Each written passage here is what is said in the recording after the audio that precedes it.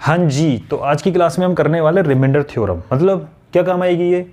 आप डिवाइड करते हो ना, तो अगर मैं आपसे पूछूं कि आप मुझे ना 172 को डिवाइड करके बताओ 7 से और वैल्यू बताओ रिमाइंडर की कितनी आएगी, तो आप डिवाइड करके रिमाइंडर निकाल सकते हो, कोई प्रॉब्लम वाली बात नहीं है।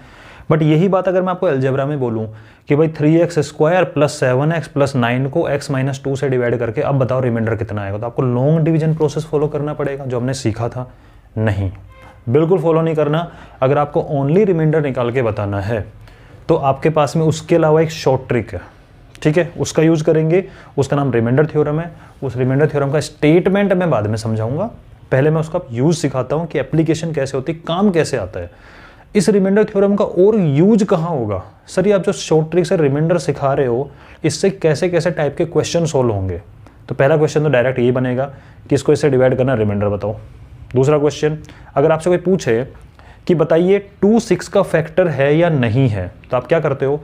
आप 2 से 6 को डिवाइड करके देखते हो, या 2 3 जा 6 हो रहा है, पूरा पूरा डिवाइड कर रहा है, इसका मतलब 2 6 का फैक्टर है।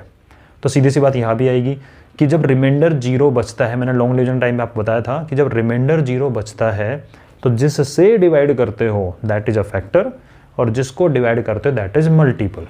तो अगर आपसे कोई पूछे कुछ एक्सप्रेशन देके बताइए 5x⁴ minus 3x² plus 9x, ठीक है, इसका फैक्टर x-1 है या नहीं है, तो आप क्या करोगे? आप उसको x-1 से डिवाइड करके देखोगे। अगर रिमाइंडर 0 आ रहा है तो उसका फैक्टर है, रिमाइंडर 0 नहीं आ रहा तो फैक्टर नहीं है। और अगर उल्टा पूछ ले कि बताइए वो लंबा चौड़ा एक्सप्रेशन वो x-1 का मल्टीपल है या नहीं है, रिमाइंडर 0 आ रहा है तो मल्टीपल है, रिमाइंडर 0 आ रहा है तो मल्टीपल नहीं है। मैं आपको ऑलरेडी लिखवा चुका हूँ नोट्स में, जिसने नहीं लिखे है वो प्रॉपरली बनाते चलो, समझ में आएगा। तो मतलब इन तीनों टाइप के क्वेश्चन में, जहाँ पे आपको डायरेक्ट रिमाइंडर पूछा हो, जहाँ पे आपको फैक्टर के बारे में नॉलेज पूछी हो, जहाँ पे आपसे मल्टीपल के बारे में पूछा हो, इन तीनों टाइप के क्वेश्चन में आपको सिर्फ रिमाइंडर की नीड ही तो है। तो किसी ने आपको बाउंड किया है कि लॉन्ग डिवीजन प्रोसेस का फॉलो करो, नहीं बोला ना, तो आप डायरेक्ट रिमाइंडर निकालो, और रिमाइंडर निकालने का हम तरीका सीखते हैं, ठीक है। चलो जी, तो हेडिंग डाल लो डेट के साथ में।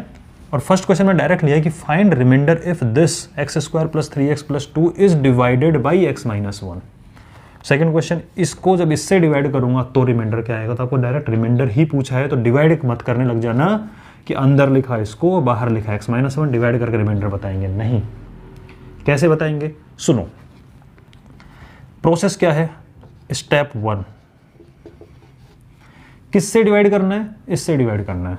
तो स्टेप 1 होगा फाइंड जीरोज ऑफ डिवाइजर। अब ये वर्ड से फ्रेंकली हो जाओ, थोड़ा सा फ्रेंड हो जाओ उनके साथ में, कि फाइंड जीरोज ऑफ डिवाइजर। इस डिवाइजर का जीरो निकालना है, इस डिवाइजर का जीरो निकालना है, ठीक है। Second step,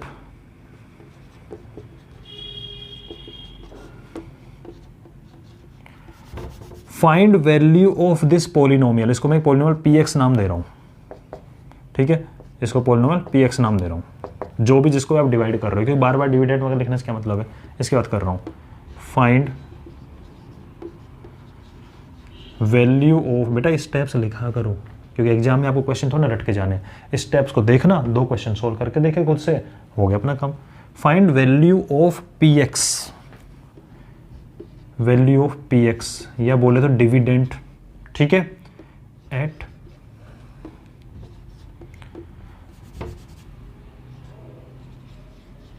value of zeros of divisor. यानी कि सबसे पहले आप डिवाइजर के जीरो निकाल लो, उससे जो वैल्यू निकल के आएगी, इससे जो x की वैल्यू निकलेगी, उस x की वैल्यू को उठा के आपको इसमें पुट कर देना है। जब इसमें पुट कर दोगे, जो भी निकल के आएगा वो रिमाइंडर होगा।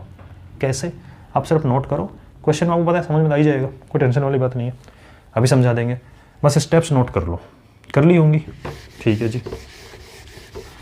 तो पहले एक क्वेश्चन पर नज़र डालते हैं। तो आपने कहा जी हमें गिवन है px is equal to x² plus 3x plus 2, आपको डिवाइड करना है x-1 से। तो आप इसका जीरो फाइंड करो। तो पहले आपने x-1 is equal to 0 put किया, जीरो फाइंड करने का तरीका यही होता है लीनियर पॉलिनोमियल का, ठीक है। यहाँ से x की वैल्यू क्या निकलेगी सर? -1 उधर जाके प्लस का 1 हो जाएगा। तो x इज इक्वल टू +1, इसे x इज इक्वल टू +1 को उठा के इसमें पुट करो, तो ये आएगा p1, जहाँ जाए x है वहाँ 1, ठीक है। और इसकी वैल्यू होगी 1 का स्क्वायर प्लस 3 × 1 +2 1 +3 +2 3 2 5 और 6। ये P1 की वैल्यू जो 6 निकल के आई है इसी को बोलते हो आप रिमाइंडर। आप डिवाइड करके देख लेना, आपका रिमाइंडर इतना ही निकल के आने वाला है। ठीक है, यानी जिससे डिवाइड करे उसका जीरो फाइंड किया, फटाफट से उस वैल्यू को उठा के गिवन पॉलिनोमियल में रख दिया, जो निकल के आया वो आपका क्या होगा, रिमाइंडर। सर क्या रिमाइंडर हमेशा ऐसी वैल्यू होती है? डिपेंड करता है कैसा क्वेश्चन है, क्या चीज़ है, काहे फर्क टेंशन ले रहे हो, जो आएगा वो निकल के आएगा। ठीक है, सेकंड क्वेश्चन पे नजर डालो। इसको डिवाइड किया गया इससे, तो आपने px को माना सेकंड क्वेश्चन का सॉल्यूशन में कि px is equal to 3x² plus का 9x + 4। आपने x + 1 था, इसका जीरो फाइंड करने के लिए इसका इक्वल टू में जीरो पुट किया जी। यहाँ से x इक्वल टू -1 हुआ। सर कैसे? वो प्लस करूँ तो जाके माइनस का 1 बन गया। इस -1 को उठा के इसमें पुट करो तो p - 1 is equal to 3 multiply -1 का स्क्वायर प्लस 9 मल्टीप्लाई -1, जहाँ जहाँ x है वहाँ -1 रख दो, और प्लस का 4। सर 3, ये सर ये पॉजिटिव नेगेटिव नेगेटिव लिख दे, बहुत बढ़िया। ये माइनस का स्क्वायर हो रहा है तो माइनस 2 बार प्लस बना, ठीक है, और बाहर प्लस है, प्लस आएगा। पहले साइन का ध्यान, 1 का स्क्वायर 1 होता है, 1 3 से मल्टीप्लाई होकर 3 आएगा। ये पॉजिटिव नेगेटिव नेगेटिव बनेगा, 9 1 जा 9, 3 + 4 7 -9 तो -2। तो जो ये इसकी वैल्यू -2 निकल के आई है ना, यही आपका रिमाइंडर होगा। आप चाहो तो डिवाइड करके चेक कर लो, आपको भरोसा नहीं हो रहा तो। ठीक है, तो सर इसका मतलब तो हमारे पास में एक ट्रिक आ गया। कौन सा ट्रिक आ गया? कि कभी हमें डिवीजन करना पड़ा और उससे हमारा कुछ रिमाइंडर निकल के आ रहा है। हमने कुछ डिवाइड किया, कुछ रिमाइंडर निकला। मान लो सपोज करो 2 रिमाइंडर निकला, इस क्वेश्चन को मैंने डिवाइड किया इससे, और बाई चांस मेरे से 2 रिमाइंडर निकला, और जैसे ही मैंने शॉर्ट ट्रिक से वेरीफाई कर अपने आंसर को रिमाइंडर आना चाहिए -2। इसका मतलब मुझे पता लग जाएगा, अरे भाई रिमाइंडर तो -2 आना चाहिए और मेरा रिमाइंडर आ रहा है 2, मतलब मैंने कहीं ना कहीं क्या करी है, मिस्टेक करी है। समझ रही बात को? तो इस मेथड से, ये शॉर्ट ट्रिक बोलते हैं फाइंडिंग रिमाइंडर की, इस मेथड का यूज करके आप पता लगा सकते हो कि कहीं आपने कोई मिस्टेक तो नहीं कर दी प्रोसेस फॉलो करने में। ठीक है, तो इससे मैं आपको रिमाइंडर थ्योरम का स्टेटमेंट समझा देता हूँ। क्या? ध्यान से सुनना। इफ px कोई भी polynomial is divided by x - a, मान लेते हैं किसी x - a, जैसे कि x - 2 x + 1, ये भी हो सकता है, कोई फर्क नहीं पड़ रहा। x + a लिखो चाहे x - a लिखो, कोई दिक्कत नहीं है। यहाँ पे आपका नेगेटिव पॉजिटिव कोई फर्क नहीं पड़ने वाला। सर a की ये तो सर x - 2 था, x - y, सर आपने ये कैसे लिख दिया x + 1? अरे भाई a की जगह -1 रख दे तो x + 1 बनेगा नहीं बनेगा? तो हम एक जनरल बना रहे हैं कि अगर px डिवाइड हो रहा है x - a से, देन आप इसका जीरो फाइंड करो फटाफट से साइड में। खोपचे में ले गए और इसका जीरो फाइंड कर दिया, क्या आया? x = a। आपको पता है कि जब हम खोपचे में ले जाके इसे जीरो फाइंड करते हैं, उस वैल्यू को उठा के इसमें रखते हैं, और इस वैल्यू पर ही p की वैल्यू क्या होती है, रिमाइंडर होती है। तो मैं इस थ्योरम को एक काम करता हूँ, पहले मैं ना इसको दिखाता हूँ आपको उस फॉर्म में। तो px इज डिवाइडेड बाई, इसके हिसाब से समझा रहा हूँ, x + 1, और इससे जो वैल्यू निकल के आई x = -1, then value of p - 1। Sir p - 1 क्यों? अरे भाई जब इसको सोल्व किया तो मेरा x = -1 आया था ना, तो -1 रखने पर जो वैल्यू निकली उसी को तो मैंने रिमाइंडर बोला है। Then value of p - 1 will be, reminder भी लिखना मत, इसको रुक जाओ एक बार,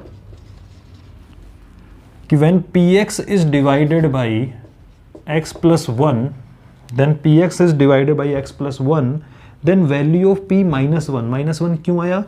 इसका जीरो फाइंड करना, x = -1 था, तो value of p - 1 will be the reminder हमेशा। ठीक है, अब जनरल बना दो, when px is divided by x - a, यहाँ से x = क्या निकला आपका, a निकला, then value of pa will be the reminder. General form बना दी, इसी को रिमाइंडर थ्योरम बोलते हैं। वो यही कहना चाह रहा है कि आप जिससे डिवाइड करो पहले उसका जीरो फाइंड कर ले बेटा। जब आपने उसका जीरो फाइंड कर लिया, उस जीरो को उठा के कहाँ रख दे, गिवन पॉलिनोमियल में रख दे, उसकी जो वैल्यू टपकेगी वही आपका क्या होगा, रिमाइंडर होगा। कोई समस्या रिमाइंडर निकालने में? आई थिंक क्वेश्चन आप कर सकते हो खुद से। ठीक है, और आपका काम क्या बना, काम आपका ये हुआ कि आपको बुक में जो क्वेश्चन है रिमाइंडर फाइंड करने वाले, वो खुद से करके देखो एक बार रिमाइंडर वाले क्वेश्चन, और उसके बाद में जो जो आपने लॉन्ग डिवीजन के क्वेश्चन सोल्व किए थे, उन लॉन्ग डिवीजन के क्वेश्चन में आपने जो रिमाइंडर निकला था उनको वेरीफाई करके देखना इस प्रोसेस का फॉलो करते हुए। ठीक है, तो नेक्स्ट वीडियो मिलते हैं विद द नेक्स्ट टॉपिक। तब तक के लिए एंजॉय करो, मस्ती से पढ़ते रहो।